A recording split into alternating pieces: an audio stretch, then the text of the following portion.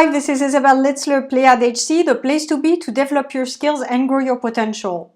So today I want to talk about management in Switzerland. Do I need to adapt my management style? As you know, Switzerland is definitely a different country, and one of the specificities is around culture. There are 3 different languages depending on which part you're on. Lugano would be more the Italian spoken, then you have Zurich where you have German, Swiss German, and then Geneva where you have more of a francophone culture. So this is important. Why? Because when you're going to look for a job or want to transition over to Switzerland, you're going to be faced with this big culture difference.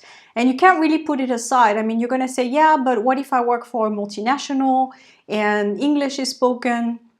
It's one thing to differentiate the language spoken in the organization as the way of working and the culture. So just because you work for a multinational, let's say in Zurich, and English is spoken doesn't mean you don't have to integrate yourself in the local culture, understand the local language. So you will need to have at least some type of a varnish where you learn a little bit about the local language, that you understand how people think, how they make decisions, etc. This is going to help you as a manager to have more credibility.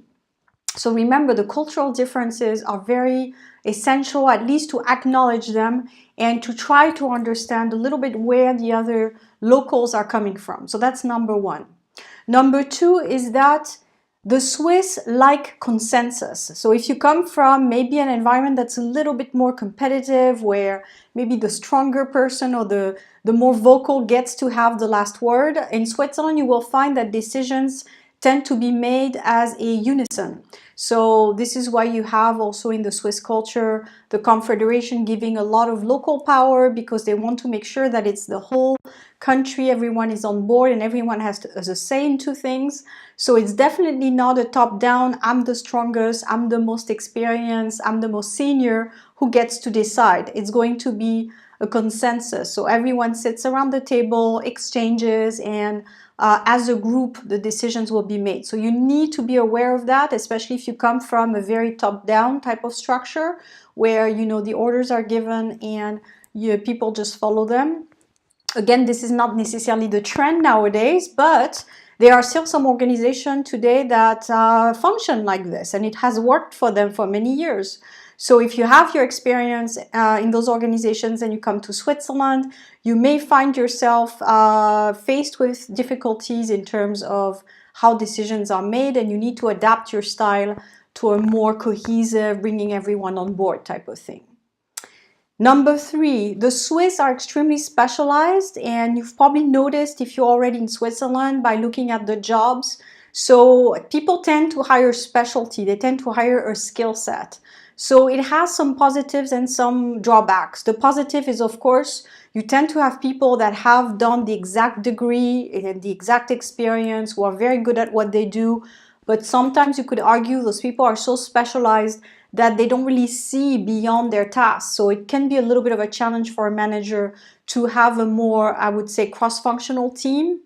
People who could replace each other or pitch in for each other. It makes it a little bit more complicated. The other layer to that complexity in management in Switzerland is that people tend to be afraid of doing things that they're not qualified for. So I remember when I was working with Swiss people in my teams, someone said, well, I don't have the diploma for this, so people should have the diploma to do something and then be hired in a position. And I think that's the old way also of you have one diploma for one job.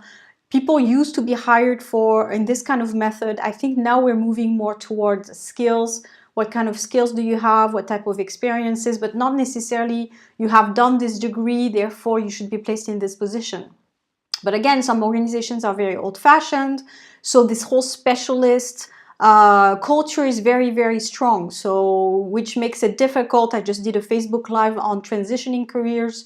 Makes it difficult to transition careers because the framework has been very much, we hire specialists that have the diploma, that have the experience. So the frontiers are a little bit tight. You can't really jump so easily. So it's just to be aware of it as a manager, that you will have to be also flexible in terms of what type of people get placed in jobs and what type of skills are required. You may be faced with people having different opinions than you, especially if you're quite liberal in hiring and wanting to take chances maybe on non-typical profiles. So just know that in Switzerland, the specialist is king, and these are the type of people that tend to be recruited and tend to be better suited in the market. But again, I think the idea also of me doing this work and making the videos and the blog and so forth is to make people think also about different ways of doing things. So if you're a manager and maybe you need someone in a team, you can also be the person that helps the change. So if you come from an organization where people were recruited from different sectors and not necessarily having the diploma, but it worked very well and you had tremendous success, maybe you can also convince your management team to take a little bit more chances on non-typical profiles, different people, and not necessarily follow this whole specialist is king and we always hire people who have the exact same profile, and we tend to stick with what we know. Sticking with what you know, of course, is not safe because innovation likes surprise and the opportunity likes the non-expected type of thing. So if you work in an organization that wants to stay on top of things and wants to be innovative, hiring the same people that always have been hired is not going to cut it, in my view.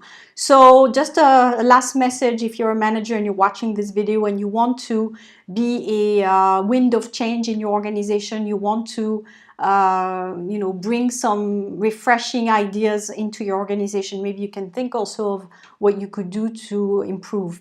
So thank you very much. Remember, leave some comments below and I will talk to you soon. Bye.